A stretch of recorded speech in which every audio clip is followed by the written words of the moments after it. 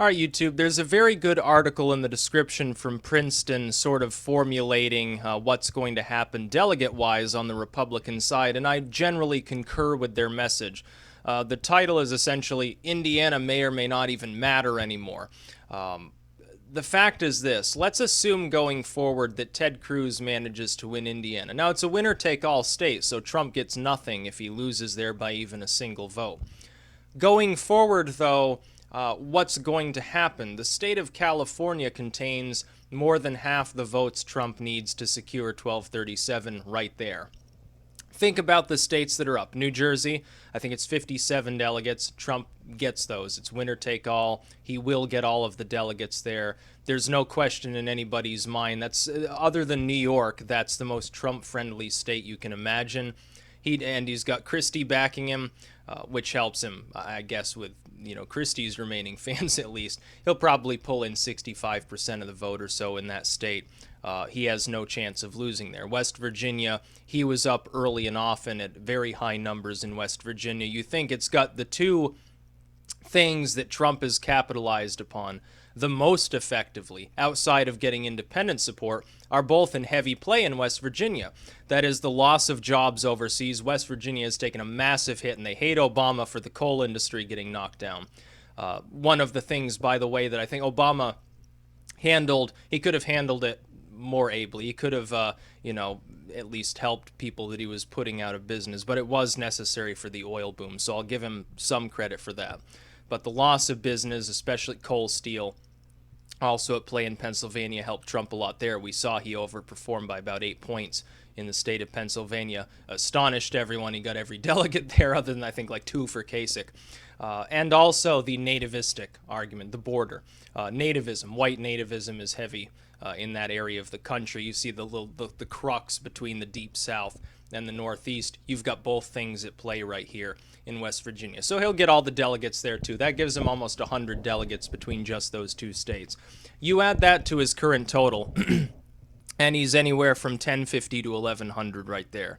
If he then performs well in California, none of the other states even matter. He can get 0 delegates from Oregon, Washington State. He can lose Indiana. He can lose everything in New Mexico, and it doesn't even matter. He gets to 1237.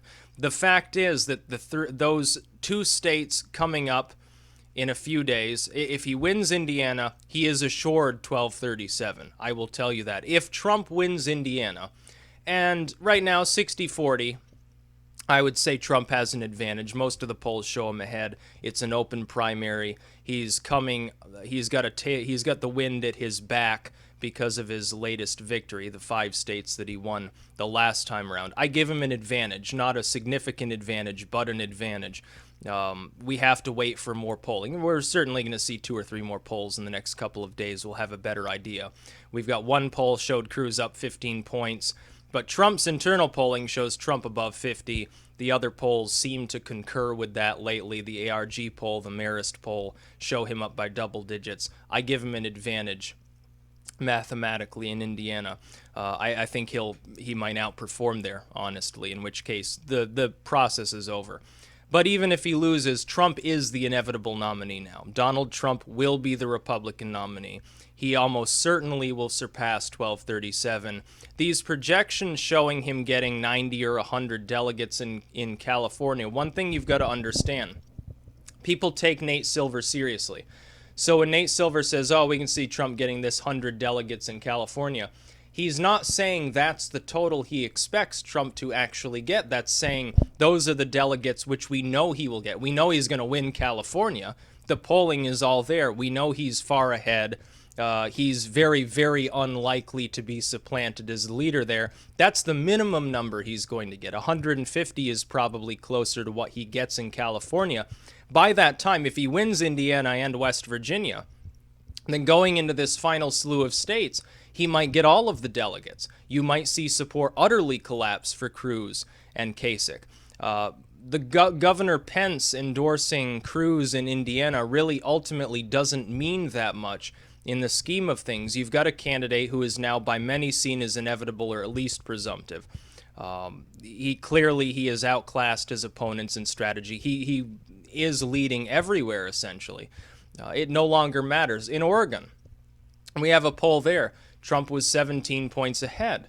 Well, Ted Cruz stopping Trump at this point would require either an amazing amount of groundwork in California or winning Indiana, stealing the Pacific Northwest, gaining all of the delegates there, and then really hammering away in a place like New Mexico. And then he might be able to stall Trump out below 1237, but the odds of that are astronomically low. Trump only needs a little more than half of the remaining delegates.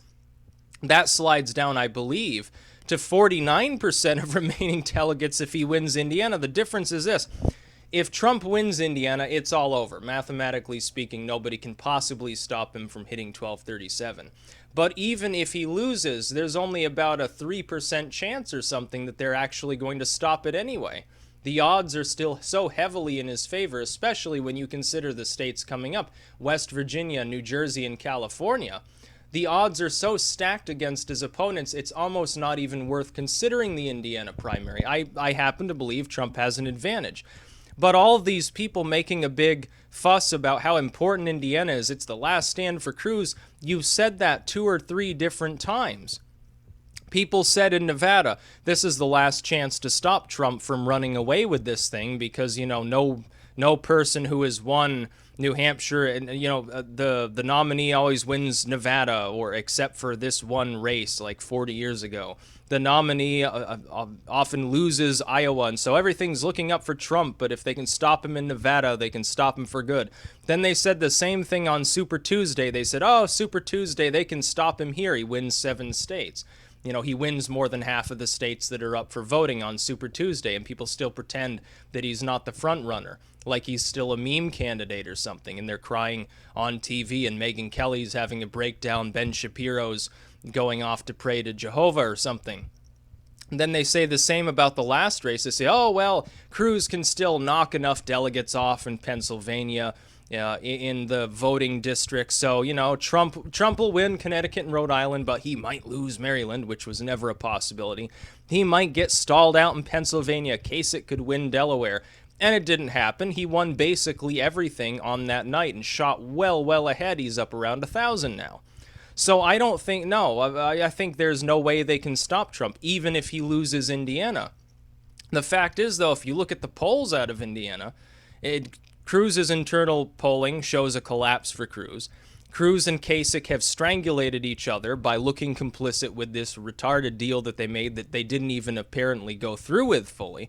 Kasich's ground team is abandoning him, which is going to feed Trump's fire more than it will feed Ted Cruz anything. I think there's a good chance Trump wins the state of Indiana. In a couple of days, I'll make my final prediction there. We have to pay attention to polling. If we get 3 more polls all showing Cruz ahead, then I'd say, yeah, it'll be another Wisconsin. Otherwise, I would say, it'll be the next Illinois. Trump will outperform in this general region. It's not going to go in Cruz's favor. If he wins Indiana, the biggest thing Trump gains is that the media will no longer take Cruz seriously. They will say, now it's impossible to stop Trump. All these unpledged delegate things they talk about will no longer matter. Because if he wins Indiana and goes on to have a good win in California, which is likely, he's got 1237. He wins New Jersey, he could be up above 1300. At which point Cruz is no longer relevant. Kasich, who hasn't been relevant, let's face it, in most of our minds for a while, is no longer relevant to the media. And it's obvious who has won. It's like on the Democratic side. Everyone has abandoned him. They may like Bernie Sanders. They may think he's got better ideas. They may think he's more honest. They may think he's the face of a younger, newer Democratic Party. But when you've got Nate Silver saying Bernie Sanders coming from behind would be unprecedented, the gig is up. Bernie Sanders has lost. Hillary Clinton is basically inevitable at this point. There are no longer enough states left for him to salvage a victory. Even if he were to win almost every remaining delegate, he wouldn't be able to supplant her. Those super delegates have really knocked him out. And so Trump is the inevitable Republican nominee, which I said months ago. I said it months after Super Tuesday. The writing was already on the wall. I was wrong about a handful of states, but ultimately at the end of the day, it was pretty clear what states and what regions were going to vote what way. Maine took me by surprise. Oklahoma was a bit of a surprise. Other than that, it was fairly clear what was going to happen. The Deep South had already been turning to Trump. Therefore, I predicted the rest of the Deep South would go for Trump, including Florida. And it did. The Northeast was always going to be a Trump stronghold. Ohio was going to stick with their governor, who was popular. The other regions in the area were going to go for Trump as well. I called Missouri, which most people did not. They thought Cruz would win. When the voting started, they said, oh, it's so close, Cruz will eke it out at the end because of late voting. I said, no, Missouri has gone for Trump. And it did. I gave him the slimmest of advantages. He won by the slimmest of margins. What was it, like a tenth of a point or some shit like that? But he won anyway. So Cruz no longer matters. Cruz is pretending to be relevant. But the second that he decided to go with the massively unorthodox move of picking as his VP candidate someone whose political career was a failed Senate run, people should have understood that was the last death throw of Cruz's campaign. It's falling apart. It's beginning to, he's not gaining momentum. You look at the polling, he is losing steam nationally. Trump's the one on the rise. Kasich has lost several points nationwide in the last week. Cruz has lost a few points nationwide. Trump is now about 45%. Well, in a three-man race, that's more than enough to win every state going forward if you really want to. The only state left that Cruz will win is Montana. He will probably lose Oregon. He will probably lose Washington State. He will lose California. He's not going to win in West Virginia or New Mexico. He's not going to win New Jersey. This means that Indiana is just there for psychological purposes. Trump doesn't need to actually win there. Why do you think he's campaigning right now, mostly in California? He's looking ahead. He knows he's ahead by a small margin, perhaps, in Indiana. He'd love to win Indiana. It would just cement the fact that he's inevitable, but he realizes he doesn't even need to. What he really needs to do is focus on turning as many areas in California for him as possible. Because if he can sweep up the delegates there, that gets him pretty much to 1237 at the point he's already at.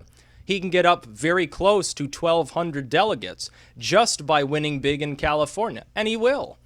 That's my prediction. I predict Trump is the inevitable nominee of the Republican Party. There will be no brokered convention. The math is not there for Cruz and Kasich to stop him.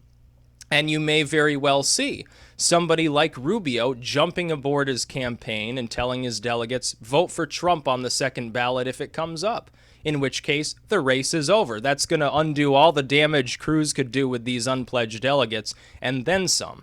From Rubio's camp, maybe Kasich too, or one or the other, or both, could go for Trump. I don't think they're both going to back Cruz because he'd still have a deficit of 200 or 300 delegates. What's the point of doing so? It would be suicide. They'd be essentially saying Trump's going to win this. We have like 99% chance he gets it on the second ballot anyway, but let's throw away our political careers and back somebody who can't win. They're not going to do that. Rubio certainly, Kasich might. Kasich, because he's a state politician, a popular governor, he might not have to worry so much. What about Rubio? He says he won't be up for re-election, but what if he takes a break and decides to go back and try becoming a governor or something? Well, it would be real good for his resume if the sitting U.S. president had gotten his endorsement, especially if Trump does well. I would think that'd be a great career move for somebody like Marco Rubio. No, I expect him to endorse Trump, but Indiana doesn't even matter at this point. Trump winning Indiana for his campaign gets him above 1,100. It would just be above 1,000. It would just be the icing on the cake and mean he'd be within 200 delegates of the final total he needs. He can get more than half of that in California alone, and he's guaranteed a win in New Jersey and West Virginia. That gets him above 1,237. That's all he needs. He doesn't need the Pacific Northwest. He doesn't need Indiana. He doesn't need New Mexico. He just needs to do well in California and win the states where he's already so heavily favored to win. There's basically no debate over who's going to win them. It's like Ted Cruz in Montana. We know Ted Cruz is going to win Montana. Of course, it's inevitable. It's right in the middle of Cruz's heartland of support. He's going to win Montana, but does it matter? No, it doesn't matter at all. It doesn't. Trump is almost certain to get 1237. Look at the projections here. This is for Princeton. I'd say it's relatively trustworthy, the math that they're running. They're favoring Trump to get more than 1237. They're claiming there's about a 97% chance that he gets at least 1237. I think that's fairly accurate. And if he wins Indiana, there's no question in my mind. Yes, he will exceed that total. And even if he loses, the chance is so scant that there'll be a brokered convention at all. I think it's pointless. I think that riot gear that the Cleveland cops are buying is really for Ted Cruz's evangelical supporters in the region, maybe like Kasich fans, since it's in fucking Ohio. I think it's more to suppress them than, angry mobs of Trump fans that are going to run rampant throughout the city. Because let's face it, what we've seen is Trump fans getting beaten by protesters, not the other way around. So yeah, I don't think there'll be a brokered convention. I'd give about a 99% chance of that. Trump's the nominee, and even if it is brokered, he's still the nominee with a massive advantage going into it from anybody else. That's about all. Peace out.